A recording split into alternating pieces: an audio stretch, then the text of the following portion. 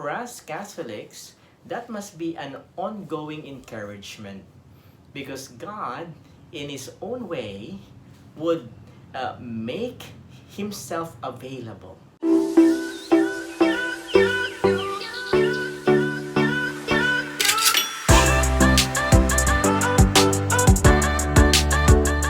Hello Bethanians, welcome to Bethany Virtual Cafe. So now we are on the fourth video clip of our movie reflection. And this movie clip is in fact the shortest of all the clips that I'm going to present to you for our reflection and guidance. Now, before I begin, I'd like to do a shout out to some of our new subscribers, especially those who have mentioned I subscribe in the comment section in my previous vlogs. So special shout out to the following new subscribers. So shout out to Saida Maribujo. Thank you Sides for always being there and for supporting this channel. Also shout out to Jules Magsino. Well, Sister Lilette, thank you so much for subscribing. I hope that everything is doing well in the school, especially to Holy Family staff and the teachers. So regards to you and the staff. Also special mention to Rob P.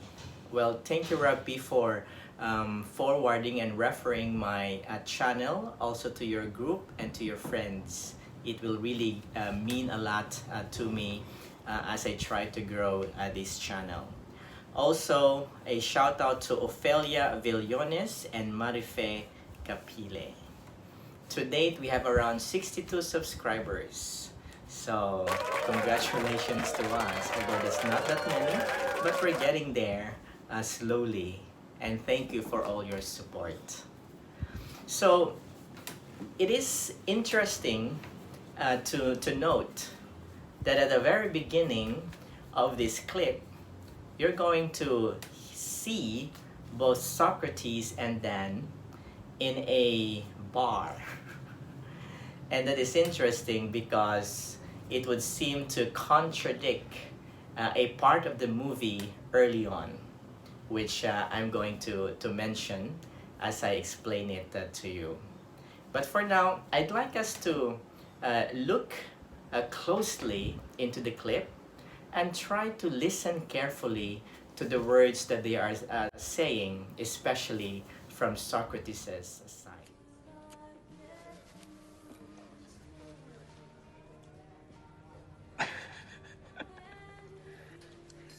Something wrong? We don't do this anymore, remember? We know better. We're better than everyone who doesn't know what we know or live the way we do?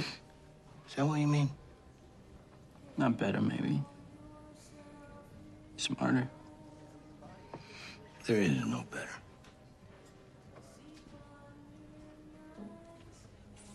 You will never be better. Same way you'll never be less than anybody else.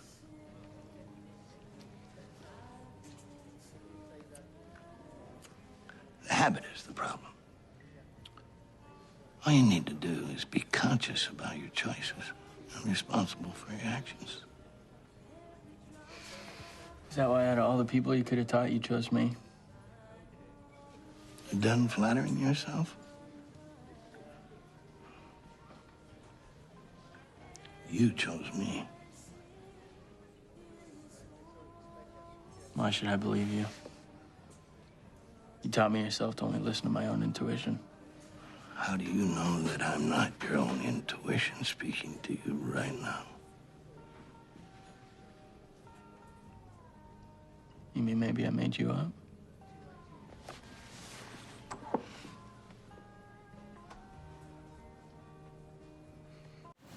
So the clip begins with Dan looking at Socrates, looking at him in a suspicious and maybe in a doubtful look.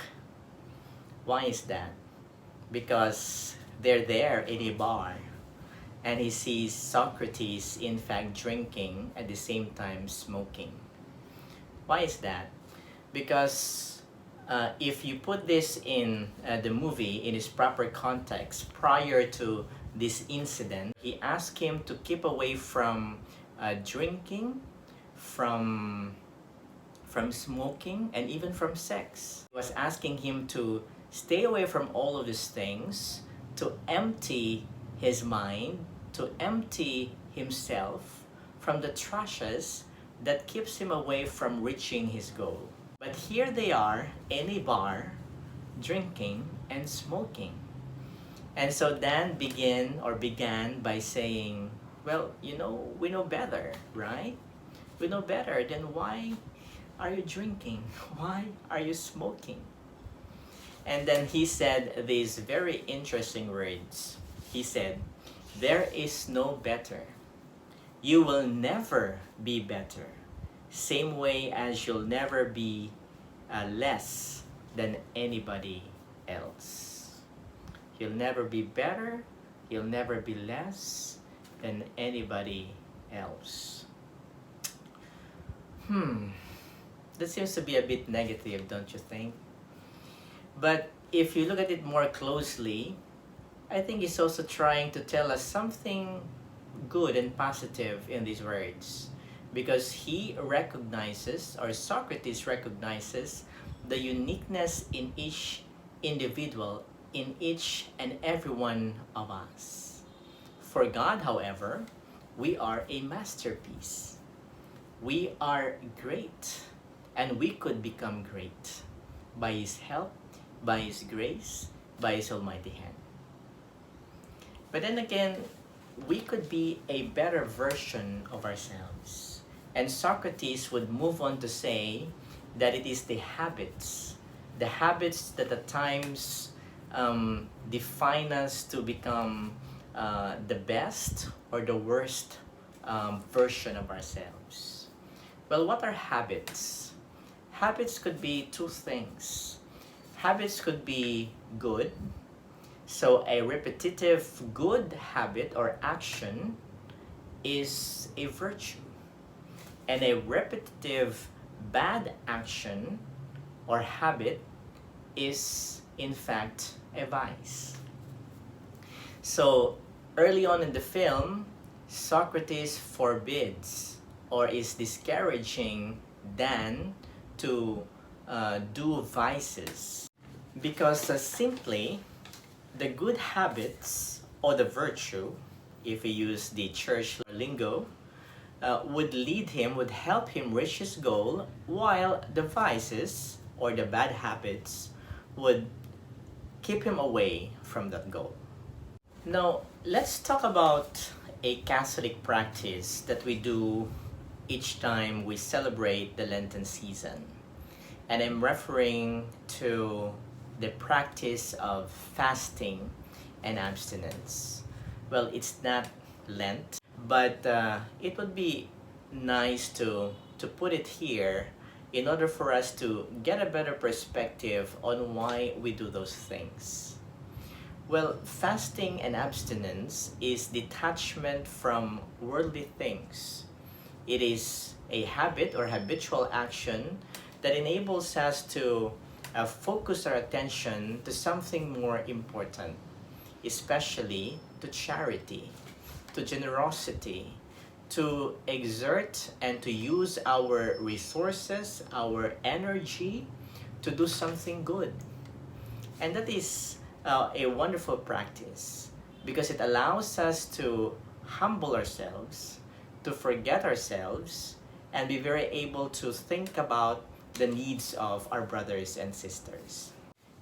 This same principle applies to what Socrates is trying to tell Dan, because when he asked him to give up or to forbid him from doing all these trashes in his life, it will allow him to dig deeper to his purpose, to his goals, that other than simply getting the gold, it is something that's good for him.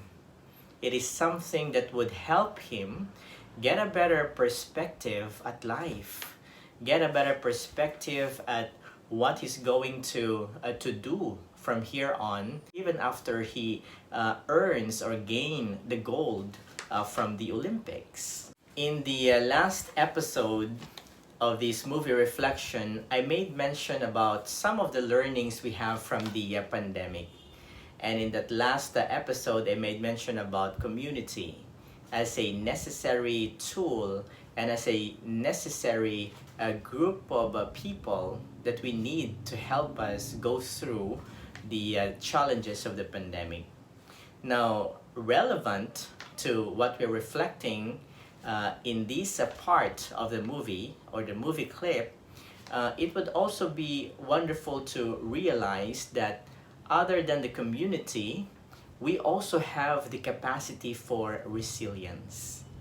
Well, Filipinos are known to be resilient, and this is one of those characteristics that maybe Filipinos are even proud of. We are as resilient as the bamboo, they say. But resilience is the ability for us to move on strong in the midst of challenges, right? And so this part of the movie is somehow a lesson on resilience. Socrates, now that Dan has realized what it has cost him by habitually neglecting Socrates' advice and recommendation, almost cost him his life as well as his search for the Olympic gold.